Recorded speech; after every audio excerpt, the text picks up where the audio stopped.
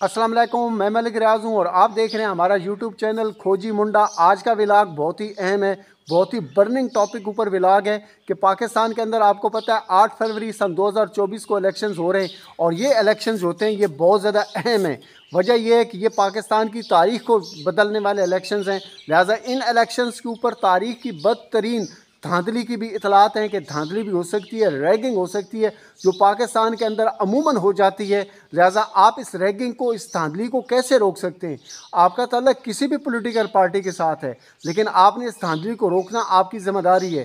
किन किन जगहों पर धांधली की जा सकती है और आप इसको कैसे रोक सकते हैं, आज की वीडियो सारी की सारी सराउंड करेगी इसी टॉपिक के ऊपर। आपका बिलफर्ज ताल्लुक किसी भी पार्टी के साथ है, चाहे आप मुस्लिम लीग नून के हैं, पीपल पार्टी के हैं, मुस्लिम लीग जो है ना कॉफ के हैं, चाहे आप जो है ना तारीक इंसाफ के हैं, तारीक लबैक पाकिस्तान के हैं, या जमात इस्लामी के हैं, या किसी और भी पॉलिटिकल पार्टी के साथ आपका तल्लक है, तो अगर आपके हलके के अंदर 100 स्टेशन हैं, मैं उम्मीदवार की बात कर रहा हूँ, अगर आपके हलके के अंदर 100 पोलिंग स्टेशन हैं तो 100 आपके पोलिंग एजेंट्स होंगे। वो 100 के 100 पोलिंग एजेंट्स जो है ना आपके लिए बहुत अहम है, ख़ास तौर पर जहाँ पर आपका कांटेदार किस्म का मुकाबला है, जहाँ पर आपको लगता है कि आपका टर्न आउट बहुत ज़्यादा होने वाला है, वहाँ का पोलिंग एजेंट भी आपके लिए बहुत ज़्यादा अहम है। लिहाजा आपने उसका बहुत ज़्यादा ख्याल रखना है। आपने अगर किसी भी जो है ना आपने इलेक्शन कमीशन को बता दिया कि ये मेरा पोलिंग एजेंट है, तो फिर आपने पोलिंग एजेंट की हिफाजत करनी है, उसको महफूज मकाम पर रखना है, उसको आम पब्लिक में नहीं छोड़ना, क्योंकि कोई भी उसके ख़िलाफ़ कोई भी जो है ना वो काम कर सकता है। मतलब ये है कि पुलिस उसको तंग कर सकती है, उसका मोबाइल फ़ोन ऑफ रखना है, क्योंकि उसको मोबाइल फ़ोन करके धमकी भी दी जा सकती है, उसको ऑफर्स भी किया जा सकता है, उसको वर्गलाया भी जा सकता है। लिहाजा आपने उसका बहुत ज़्यादा ख्याल रखना है। जिस दिन इलेक्शन हो रहा होता है, मतलब आज अगर बिलफर्ज 8 फरवरी है, 8 फरवरी को आपने टाइमली अपने पोलिंग जो है ना एजेंट को उस पोलिंग स्टेशन पर पहुंचाना है, वक्त के ऊपर वेल इन टाइम आपने उसको पहुंचाना है। अब जैसे ही जो है ना अब एक पोलिंग एजेंट किसी भी पोलिंग स्टेशन पर पहुंच गए, अब उसकी जिम्मेदारियां शुरू हो गई हैं कि पोलिंग एजेंट ने किन किन चीज़ों का ख्याल रखना है, ये उसके लिए बहुत ज़्यादा अहम है। सबसे अहम बात यह है कि आप किसी भी पोलिंग स्टेशन के ऊपर पहुंच जाते हैं, पोलिंग एजेंट की बात कर रहा हूं, तो वहां पर एक प्रिजाइडिंग ऑफिसर होता है जो सारे के सारे इलेक्शंस के प्रोसेस को हैंडल कर रहा होता है, वो उसका इंचार्ज होता है, वो करता धरता होता है। लिहाजा आपने उसके ऊपर तवज्जो रखनी है कि वो किसी एक पॉलिटिकल पार्टी को तो फेवर नहीं कर रहा, क्योंकि बहुत ज़्यादा पॉलिटिकल पार्टीज़ एक जो है ना इलेक्शंस के ऊपर खड़ी हो रही होती हैं। लिहाजा हर एक उम्मीदवार को चाहिए कि वो अपने पोलिंग एजेंट को हदायत करे कि आपने बहुत ज़्यादा ख्याल रखना है और तवज्जो देनी है, ख़ास तौर पर प्रिजाइडिंग ऑफिसर के ऊपर। सबसे पहली बात और अहम बात यह है कि जैसे ही आप पोलिंग स्टेशन पर पहुंचते हैं, पोलिंग का सिलसिला शुरू होने से पहले वो पोलिंग जो ऑफिसर होता है, जिसको प्रिजाइडिंग ऑफिसर कहते हैं, वो आपको बुक्स इशू करता है, वो किताबें इशू करता है, बुक्स इशू करता है। उसके अंदर पर्चियाँ होती हैं जो वोटिंग के लिए इस्तेमाल होती हैं, और ये याद रखिएगा 2 तरह की पर्चियाँ होंगी, एक सफ़ेद कलर की होगी और एक सब्ज़ कलर की होगी। जो सब्ज़ कलर की पर्ची होती है वो कौमी असम्बली के लिए होती है, और जो सफ़ेद कलर की पर्ची होती है वो सूबाई असम्बली के लिए होती है। जैसे वो आपको जो है ना वो बुक्स इशू करता है, तो आपने इस बात का ध्यान देना है कि वो आपसे बहुत ज़्यादा जो है ना बुक्स के ऊपर सिग्नेचर न करवा ले, क्योंकि आपके सिग्नेचर बहुत ज़्यादा अहमियत के हामिल होते हैं। अगर आप ज़्यादा मतलब ये है कि अगर बिलफर्ज 4 बुक्स की ज़रूरत है, वो आपसे 10 के ऊपर सिग्नेचर करवा लेते हैं, तो बाकी 6 बच जाती हैं। जो 6 बच जाती हैं ना, ये फिर रात के वक्त वो जब सारा कुछ ख़त्म हो जाता है ना, तो वो जो बुक्स जिनके ऊपर जो है ना आपने सिग्नेचर्स की हुई हैं, अब उसकी अहमियत है, और वही बुक्स जो आपने सिग्नेचर की हुई हैं वो आपके ख़िलाफ़ इस्तेमाल होती हैं, आपके कैंडिडेट के ख़िलाफ़ इस्तेमाल होती हैं, और किसी एक पॉलिटिकल पार्टी को फेवर करने के लिए उसके ख़िलाफ़ फिर वो वहाँ पर ठप्पे लग जाते हैं। यहाँ से जो है ना बहुत बड़ा टैक्टिस है ये रैगिंग करने का, और यहाँ से रैगिंग होती है। अगर आपके सिग्नेचर्स ही नहीं होंगे तो वो फिर उन बुक्स की वैल्यू ही नहीं होगी, और फिर जब उन बुक्स की वैल्यू नहीं होगी तो वो फिर आपके ख़िलाफ़ या आपके कैंडिडेट के ख़िलाफ़ या पाकिस्तान के निज़ाम के ख़िलाफ़ उन वोटों को इस्तेमाल नहीं किया जा सकेगा। इन बातों के ऊपर आपने बहुत ज़्यादा तवज्जो देनी है। और सबसे अहम बात, जब आपका पोलिंग का सिलसिला ख़त्म हो जाए, वोटिंग का सिलसिला ख़त्म हो जाए, तो फिर आपका काम शुरू होता है काउंटिंग का। यहाँ पर आपने बहुत ज़्यादा विजिलेंट रहना होता है, बहुत ज़्यादा तवज्जो देनी होती है। पोलिंग एजेंट की बात कर रहा हूँ, आपने तमाम प्रोसेस जितनी भी उधर एक्टिविटीज़ हो रही होती हैं उनके ऊपर आपने तवज्जो देखनी है। तमाम पॉलिटिकल पार्टीज़ के जितने भी एजेंट्स हैं उन्होंने तवज्जो देनी होती है।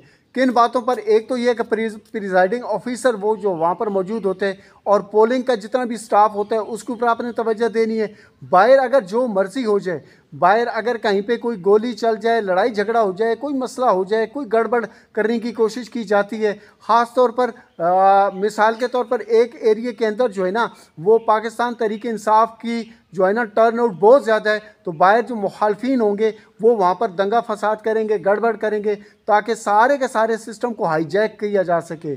और हाईजैक उसी सूरत में होगा जब वहाँ का पोलिंग एजेंट की तवज्जो जो है ना कहीं बाहर जाएगी। तो आपने बाहर की एक्टिविटीज़ के ऊपर तवज्जो नहीं देनी, बल्कि अंदर जो कुछ हो रहा होता है उसके ऊपर आपने तवज्जो देनी है। और फिर आपने टाइमली जो काउंटिंग का सिलसिला होता है उसको आपने टाइमली स्टार्ट करवाना होता है। और काउंटिंग का जो सिलसिला होता है वो प्रिजाइडिंग ऑफिसर, पोलिंग का जितना भी स्टाफ है वो और जितने भी पोलिंग एजेंट्स हैं उनकी निगरानी में हो रहा होता है। ये सारे के सारे जितने भी लोग होते हैं वहाँ पर मौजूद होते हैं। तो फिर वहाँ पर काउंटिंग होती है।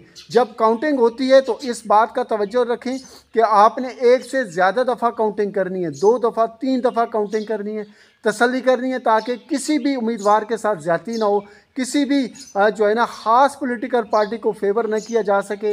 इस पे आपने बहुत ज़्यादा तवज्जो देनी है। और जो फॉर्म 45 होता है, फॉर्म नंबर 45, ये बहुत ज़्यादा अहमियत का हामिल होता है।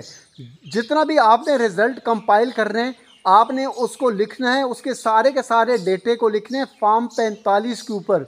जितने भी पोलिंग एजेंट्स हैं इस बात को तवज्जो से सुन लें कि 45 नंबर फॉर्म के ऊपर आपने रिज़ल्ट को कंपाइल करने हैं। अब जब आप रिज़ल्ट को कंपाइल करें तो फिर आपने फिगर्स को बहुत ही वाज़िया लिखना है। जितने भी आपके उम्मीदवार ने वोट लिए हैं या किसी दूसरी पार्टी के उम्मीदवार ने जितने भी वोट लिए हैं वो आपने ध्यान देना है कि फिगर्स बहुत ही वाज़िया लिखे होने चाहिए, ताकि बाद में उनमें रद्द-ओ-बदल ना किया जा सके, एक को 7 ना बनाया जा सके और बाकी जो चीज़ें हैं उसके ऊपर कोई भी तब्दीली ना की जा सके। और दूसरी अहम तरीन बात ये कि तमाम पोलिंग एजेंट इसके ऊपर तवज्जो रखें कि आपके जो वो है प्रिजाइडिंग ऑफिसर है उसका फॉर्म नंबर 45 के ऊपर सिग्नेचर मौजूद है और वो सिग्नेचर जो उसने पहले सिग्नेचर्स किए हैं वो उस बुक्स के ऊपर, जब आपको बुक्स उसने इशू किए थे वहाँ पर भी उसने सिग्नेचर किए थे। तो ये सिग्नेचर्स आपस में मिलते हैं, सेम हैं या नहीं है, तो यहाँ पर भी ये सिग्नेचर्स का सेम होना ज़रूरी है। प्रिजाइडिंग ऑफिसर्स के सिग्नेचर्स का सेम होना ज़रूरी होता है, क्योंकि जब प्रिजाइडिंग ऑफिसर के सिग्नेचर्स सेम नहीं होते तो फिर बाद में इसमें गड़बड़ होती है। और इसके अलावा जो अहम बात है वो ये कि आपने सिग्नेचर प्रिजाइडिंग ऑफिसर से पक्की पेंसिल से लेने, कच्ची पेंसिल से जो है ना वो सिग्नेचर्स कभी भी नहीं लेने। ऐसी पेंसिल से या ऐसी स्याही वाले पेन से सिग्नेचर नहीं लेने जो बाद में उड़ जाए। मतलब बाज़ औक़ात ऐसा भी होता है कि उसने सिग्नेचर्स किए, आधे घंटे बाद वो सिग्नेचर्स ख़त्म हो जाते हैं, वो स्याही उड़ जाती है, फिर बाद में उसके अंदर रैगिंग की जाती है और बाद में उसमें गड़बड़ और धांधली की जाती है। इन पॉइंट्स के ऊपर आपने बहुत ज़्यादा तवज्जो देनी है कि यहाँ पर सिग्नेचर्स भी बहुत ही वाज़िया और पक्की पेंसिल से होने चाहिए तमाम पोलिंग एजेंट्स के और प्रिजाइडिंग ऑफिसर। जब पोलिंग एजेंट रिज़ल्ट को कंपाइल कर लेते हैं और फिर फॉर्म नंबर 45 आपको प्रिजाइडिंग ऑफिसर आपके एक फॉर्म नंबर 45 आपको देता है, हर एक एजेंट को वो देता है और एक वो खुद अपने पास रखता है ताकि वो आरओ के ऑफिस में जाकर जमा करवाए। वो फॉर्म नंबर 45 जो है ना वो हर एक एजेंट के लिए बहुत ही अहम है।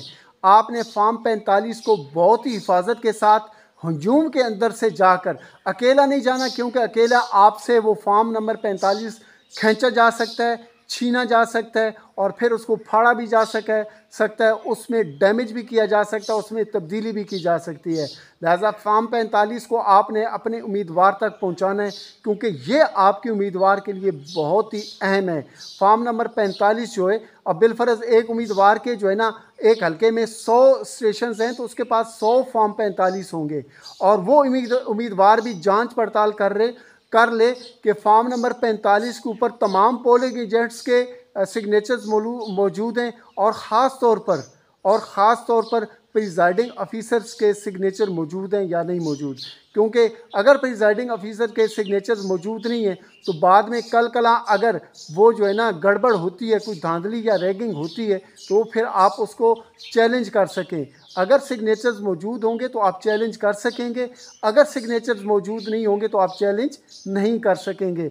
इन जगहों पर, इन पॉइंट्स के ऊपर धांधली की जाती है, गड़बड़ की जाती है, जिनको मैंने गिनवा दी है। जितनी भी पॉलिटिकल पार्टी के उम्मीदवार हैं उनको मेरे से ज़्यादा एक्सपीरियंस है। बड़े अरसे से कुछ लोग जो है ना वो इलेक्शंस लड़ रहे होते हैं, कुछ नए होते हैं लेकिन ट्रेंड याफ्ता होते हैं। आजकल सब लोगों को अंदाज़ा है कि किन किन चीज़ों का ख्याल रखना है, लिहाजा चीदा पॉइंट्स को मैंने गिनवा दी है। इन पे जो है ना पोलिंग एजेंट्स ने भी ख्याल रखना है, उम्मीदवारों ने भी ख्याल रखना है, और जो लोग पोलिंग करने के लिए जा रहे होते हैं, वोट कास्ट करने के लिए जा रहे होते हैं, उन्होंने भी ख्याल रखना है। मेरी जो है ना नेक तमन्नाएं आप सब लोगों के साथ हैं, जो उम्मीदवार हैं डिफरेंट पॉलिटिकल पार्टीज़ के, मेरी नेक तमन्नाएं आपके साथ भी हैं। जो पोलिंग एजेंट्स हैं, मेरी नेक तमन्नाएं आपके साथ भी हैं, और ख़ास तौर पर उन उम्मीदवारों के लिए जो इस गंदे निज़ाम को, इस जो है ना कठपुतली निज़ाम को उखाड़ के फेंकना चाहते हैं, जो है ना नाइंसाफ़ी को इंसाफ के अंदर बदलने का ख्वाहिश रखते हैं, जो इस जंगल के कानून को ज़बरदस्त किस्म का निज़ाम बनाने का तगोदो कर रहे हैं। मेरी नेक तमन्नाएं आपके साथ हैं, मेरी नेक तमन्नाएं पाकिस्तान की आवाम के साथ हैं, मेरी नेक तमन्नाएं पाकिस्तान के साथ हैं। पाकिस्तान जिंदाबाद।